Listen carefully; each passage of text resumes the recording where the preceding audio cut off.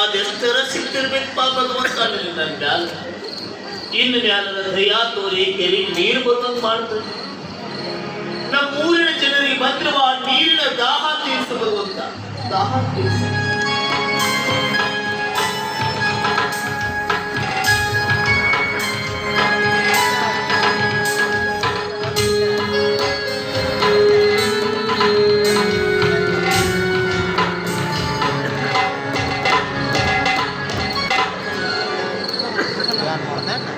ಗೌಡ, ಮಲ್ಲನ ಗೌಡ,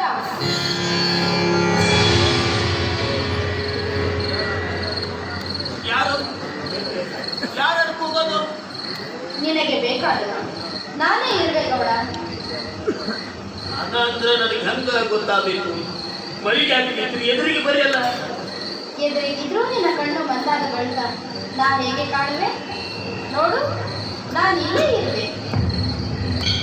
ಯವ್ವ, ಯಾರು ಬಾ ಯವ್ವ ನೀನು? ಯಾರಿಗಾಗಿ ಹಗಲು ഇരുಳು ನೀನು ಚಿಂತೆಯಲ್ಲಿ ಬೆಂದು ಹೋಗುತ್ತಿರುವೆಯೋ ಅವಳೇ ನಾನು, ಗಂಗಾ ಮಾತೆ.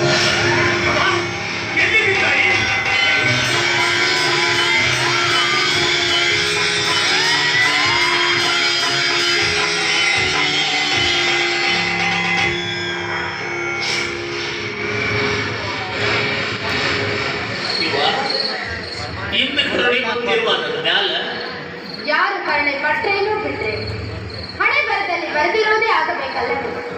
ನಾನು ಬಂದೆನೆಂದ ಮಾತ್ರಕ್ಕೆ ನಿನ್ನ ಚಿಂತೆ ದೂರ ಆಗಲಿಲ್ಲ. ಆದ್ರೆ ನೀನು ನನ್ನ ಮೇಲಿಟ್ಟಿರೋ ಭಕ್ತಿಗಾಗಿ ನಿನಗೆ ದಾರಿ ತೋರಿಸಲು ಬಂದಿರುವೆ. ಯಾಕೆ ಕಾಡ್ತೀನವ? ಇನ್ನು ಮೇಲೆ ಕಣ್ಣು ತೆಗೆದು ನೋಡ್ತಾಯಿ. ನಾನು ಕಣ್ಣು ತೆರಿಬೇಕು, ನಿನಗೆ ನೀರು ನೀಡಬೇಕು ಅಂದ್ರೆ ಅದಕ್ಕೊಂದು ತೊಂದರೆ ಅಡ್ಡು ಬಂದು ನಿಂತೆ. ನನಗೆ ತೃಪ್ತಿ ಪಡಿಸಬೇಕು ಅನ್ನೋ ಛಲ ನಿನ್ನಲ್ಲಿದ್ರೆ ನನ್ನ ಬಡಲಿಗೆ ಸಂತೃಪ್ತಿ ನೀಡಬೇಕು. ಇಲ್ಲಿ ತನಕ ಯಾರು ಏನ್ ಹೇಳ್ಯಾರು ಅದನ್ನೆಲ್ಲ ಮಾಡಿದ್ಯವ. ಯಾರು ಹೇಳಿದ್ದಲ್ಲ ಗೌಡ, ಇಂದು ನಾನು ಹೇಳಿದ್ದು ಮಾತ್ರ ತಪ್ಪದ ನಿನ್ನ ಕೆರೆಗೆ ನೀರು ಬೀಳ್ತಾವ. ನನ್ನ ಮಾತು ನಡೆಸ್ಕೊಡ್ತೀನಿ ಅಂತ ನನ್ನ ಪಾದ ಮುಟ್ಟಿ ಆಣಿ ಮಾಡಿ ಹೇಳ್ತೀಯಾ? ಅಯ್ಯೋ ನನ್ನವ್ವ, ನೀ ಹೇಳು ಬೇಡ ತಾಯಿ, ಹೇಳುದಷ್ಟ ಮಾಡು. ತಡ ಮಾಡ್ದ ನಾನ್ ನಡೆಸ್ಕೊಡ್ತೀನಿವ್ವ. ಗಂಗವ್ವ, ನನ್ನ ಕತ್ತು ಕೊಯ್ದು ರಕ್ತ ಹರಿಸಂದ್ರು ಹರಿಸ್ತೀನಿ ತಾಯಿ. ನಿನ್ನ ಮಾತು ನಡೆಸ್ಕೊಡ್ತೀನಿ ಅಂತ ನಿನ್ನ ಪಾದ ಮುಟ್ಟಿ ಆಣಿ ಮಾಡಿ ಹೇಳ್ತೀನಿವ್ವ.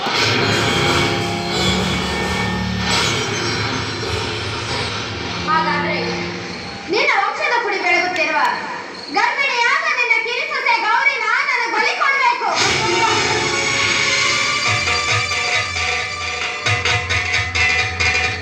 ಇದೆಂತ ಮಾತು ಹೇಳ್ತೀನಿ ತಾಯಿ ನೀನು?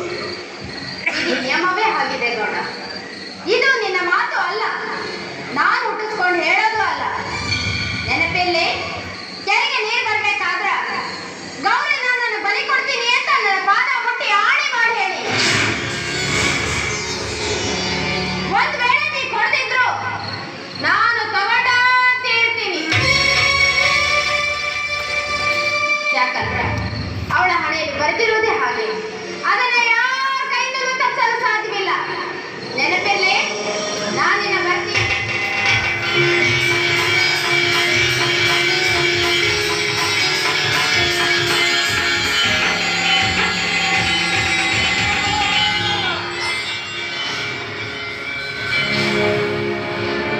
ಇದೆಂತ ಮಾತು ಹೇಳಿದ್ದಾರೆ? ನಮ್ಮ ಸ್ವಾತಂತ್ರ್ಯಕ್ಕಾಗಿ ಏನು ಅರಿಯದ ಚೊಚ್ಚಲ ಗರ್ಭಿಣಿಯಾದ ನನ್ನ ಕಿರಿಸೊಸಿ ಗೌರಕ್ಕನ ನಿನಗೆ ಜೀವಂತ ಬಲಿ ಕೊಡ್ಲಿಲ್ಲವಾ? ಇಲ್ಲವಾ? ನನಗಾಗುದಿಲ್ಲ. ಈ ಮಲ್ಲನಗೌಡ ಕೆಟ್ಟವ ಅಂತ ಊರು ಜನ ಎಲ್ಲ ಕರೀ ನಮ್ಮ ಕುಲಕ್ಕ ಕೆಟ್ಟ ಹೆಸರು ಬಂದಿದೆ. ಇವತ್ತಿನಿಂದ ಆ ಕೆರೆ ಸುತ್ತಿನ ಎತ್ತುವುದಿಲ್ಲ. ಆ ಕೆರೆ ನೀರು ಬಂದ್ರ ಬಂದು ಸಗರ ಬೀಳ್ಲಿ.